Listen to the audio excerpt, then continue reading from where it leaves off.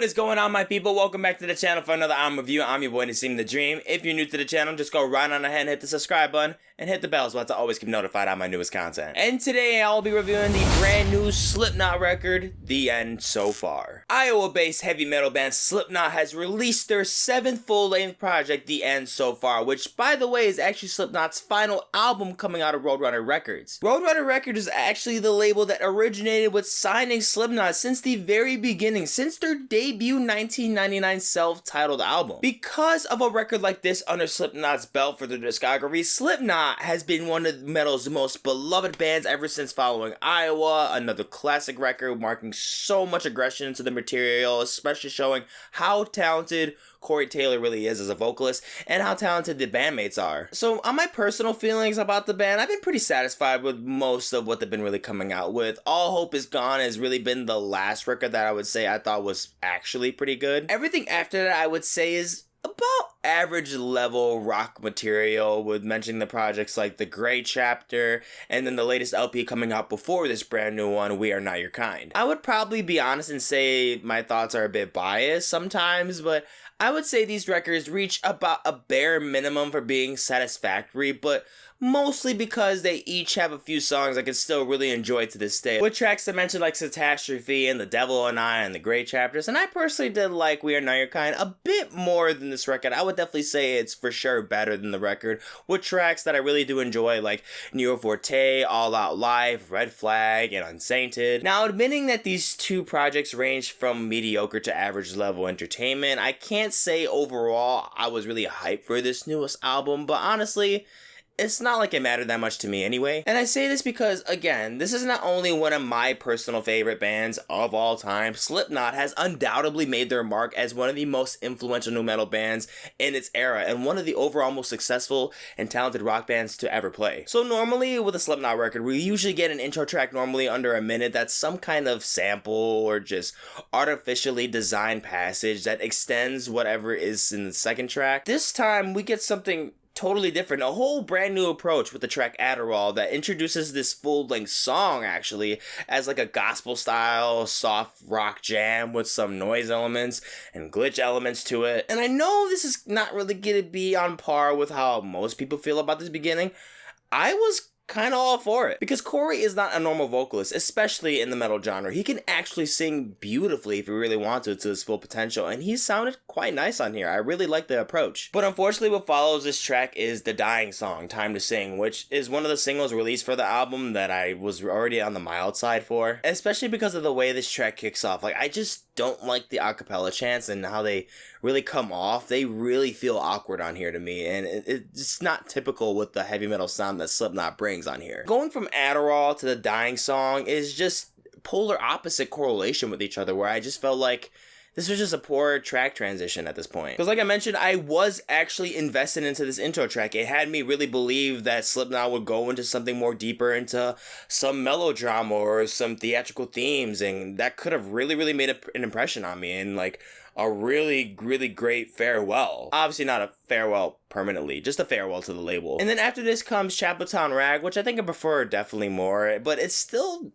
an average rock track, I would say. Like, it's placed well on here, and I think something before this with the dying song switched out or just not put on here at all, I think it would have really made a good build up instead. It doesn't feel authentic at all. Like, stuff just starts to feel forced and just messy, and just it's not smooth. And then continuing on with another single placed at number 4, Yen comes off more memorable and listenable this time. My first listen wasn't really so kind, but it carries on a tone and style that I feel like has this sort of throwback to how their songs used to really sound on Subliminal Verses Volume 3. Because I'm starting to understand why a lot of people think this chorus carries on as an anthem. It did kind of stick with me, and it's one of the moments on here that I would mention as a highlight because it does stick with you. So now with all the singles out of the way, we're only left with new tracks, 8 to be exact. So at this point, I'm hoping to get something new and bold from the band that puts this up with some of the original projects from Slipknot that I actually really admire. Not necessarily in sound similarity. You're not gonna get Iowa and self-titled anymore. Like, let's just be honest, you're never gonna get that again, but that's fine. But more so in sound quality and originality, and sadly these expectations are just not met. Pretty much everything after this to me is just very average recycled rock music from what Slipknot's already been sticking with for the last 8 ears. I can almost think of this album as like a We Are Not Your Kind 2.0, but softer and definitely slightly below average. But I'm not gonna say that the rest of these songs don't have highlights that I actually do really like and admire. Like with the song Medicine for Dead, I love the guitar work on here. It's slowly leading us into some more hard-hitting chord progressions and breakdowns that they're just very, very nice to listen to overall. It just feels like a nice intermission in the moment of the song. And Heirloom instrumentally really puts me back in a throwback sound from what their debut really represented. But I will say I do find this moment on the album to be very tedious, because to this listen, just because of this constant formula that we're getting of this very dramatic intro, and then it just transitions right back into some more generic metal rock. There are generally a lot of things you can like in these songs that really give off that classic Slipknot sound, but as an album, things just really get more and more boring as we really reach the finish. Like, as much as I feel it's fair to think that most of these tracks aren't good, I do feel like I need to be optimistic at the same time, because this is generally a much better sound than what most bands in this era are currently making, like, no doubt. But there's also moments on the record that just flat out feel goofy, like on Sade. Like, Corey's vocals, in my opinion, this is not one of his better moments. At least productively, this is definitely not one of the band's better moments. Like, there's just a vibrato effect put onto the vocals that just sounds so synthetic to the point where it's literally impossible to ignore. I don't know, I feel like I really said enough about this project. There's not really that much that really caught my attention. Like, sure, it could have definitely been a lot worse. It definitely could have been a lot worse, let me tell you. Like, I gotta admit though, this is for sure the band's worst work yet. I personally, for the first time in a Slipknot project, didn't find any tracks I can see myself diving right back into, or to the bare minimum adding to a playlist. Like, this is actually literally the first project where I never added a single song to the playlist. I really feel like if they would have went deeper into that intro, man, and drifted off into something completely different, the band has the capability.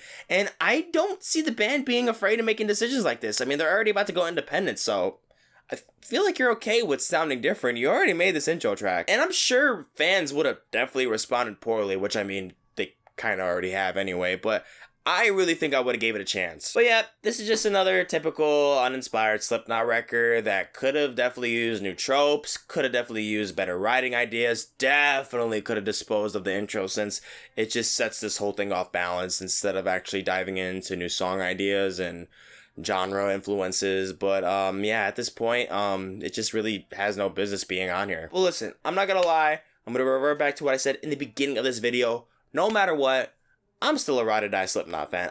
It doesn't matter what they come out with after that. I'm gonna be real about how I feel about the record and about the pure quality, especially because of this channel. But it doesn't matter anymore to me, because they have enough. They have way more than enough. In my opinion, the first 4 records that they ever came out with, more than enough. I think most Slipknot fans can agree it's more than enough. So yeah, with that, I'm gonna say I really, really hope that Slipknot does really well going independent. I'm sure the fans will really make sure that it goes very successful for them. I'm definitely gonna sure I'm gonna give my support and love to the band. And yeah, with that, I'm gonna have to give Slipknot's The End so far a 41%. Guys, as always, thank you so much for watching the video. If you enjoyed, go on and like, share, comment down below, and if you're not already subscribed to the channel. And down in the description, you see all the separate tracklist ratings I have for the album, and more videos, and also the links on my social media accounts so you can keep up with me on the daily. Let me know what you thought about the record down below, and I'm gonna catch you in the next one. Goes.